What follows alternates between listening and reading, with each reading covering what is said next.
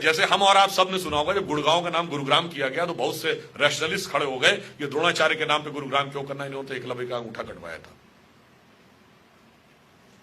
और एकलव्य तो दलित था, उसके साथ बहुत बड़ा अत्याचार किया गया था। कहीं ना कहीं हम सबके भी दिमाग में ये बात है, ईमानदारी से अगर हम कहें, हमारे पास उसका कोई रैशनल उत्तर नहीं है। आप लोगों को भी ऐसा लगता होगा ना, और उसका कारण जानते क्या है? महाभारत में एकलव्य का उल्लेख कहां है? आप लोगों में से कितने लोगों ने पढ़ा है? हमारे में से 99 लोगों ने वो नहीं पढ़ा, इवन चैप्टर भी नहीं पता होगा किस चैप्टर में एकलव्य का उल्लेख है। एकलव्य का उल्लेख महाभारत के वन पर्व में आता है, जब वो घटना है ना कि वो कुत्ते के मुंह में इतने सारे बाण थे और जब निकाला तो एक भी जगह पे उसके खून नहीं लगा हुआ था, तो अर्जुन चकित हुए कि इतना बड़ा धनुर्धर कौन आ गया।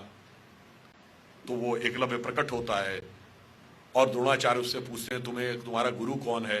तो वो कहते हैं आप ही हैं मेरे गुरु। उन्होंने कहा मैंने तो तुम्हें देखा नहीं, मैंने तो कभी जाना नहीं, तुम गुरु कैसे हो गए? एकलव्य तुम अपना, वो पूछते हैं बालक तुम अपना परिचय दो। तो एकलव्य कहता है मैं मगध नरेश जरासंध के प्रधान सेनापति हिरण्यधनु का पुत्र Eklavya. He was a son of the chief of the arm forces of Magadh. अब दो में से एक बात मान लीजिए, जो कहते हैं या तो मान लीजिए कि दलित कमांडर इन चीफ होते थे या एकलव्य दलित नहीं था, और दोनों ही नहीं मानेंगे और दोनों ही बातों को अपने अपने हिसाब से प्रयोग करेंगे।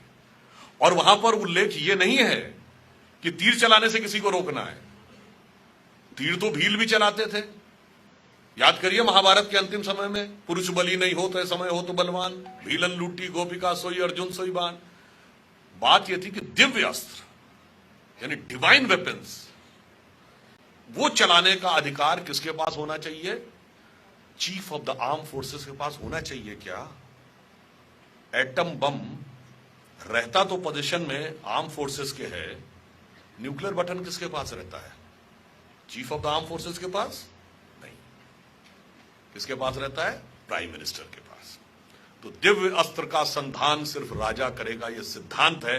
And it has to be ensured that alone and alone commander in chief should not have authority to execute that type of weapon. It has to be ensured. तो वो उसका प्रतीक था। चलिए अन्याय हुआ, उसको प्रस्तुत किया गया अन्याय होने के रूप में। फिर द्रोणाचार्य की डेथ कैसे हुई?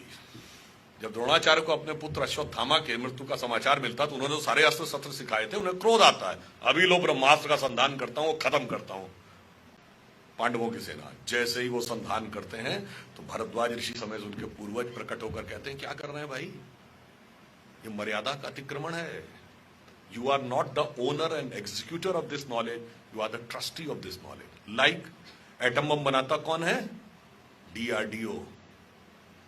टेक्नोलॉजी किसके पास है? डीआरडीओ के पास। चलाने का अधिकार किसके पास होगा? प्राइम मिनिस्टर के पास। Cabinet committee on securities will take a decision when it is to be used. The same thing was there. Dronacharya was DRDO, Eklavya was chief of the arm forces, but it has to be ensured that the nuclear button should always remain with the king. अब द्रोणाचार्य को लगता है कि अब अगर मैंने संधान नहीं किया तो पुत्र के मृत्यु का बदला नहीं ले सकता, और किया तो मर्यादा का हनन होता है। तो वो मर्यादा का हनन नहीं करते हैं, निराश होकर सारे अस्त्र शस्त्र छोड़कर जमीन पर बैठ जाते हैं और उनका सर काट दिया जाता है। So the fundamental principle is कि दिव्य अस्त्रों का संधान सिर्फ हेड ऑफ द स्टेट करेगा। इसके अनुपालन के लिए यदि एकलव्य का अंगूठा कटा तो उसी के अनुपालन के लिए द्रोणाचार्य का सर कटा। मगर चूंकि हम लोगों ने वो चीजें पढ़ी नहीं और अपने हिसाब से वो चीजें जो हमें बताई गई उससे हम कहीं ना कहीं, वो लोग जो एजेंडा था ना कि हम ग्लानि हमारे अंदर होनी चाहिए, वो सेटल हो गए।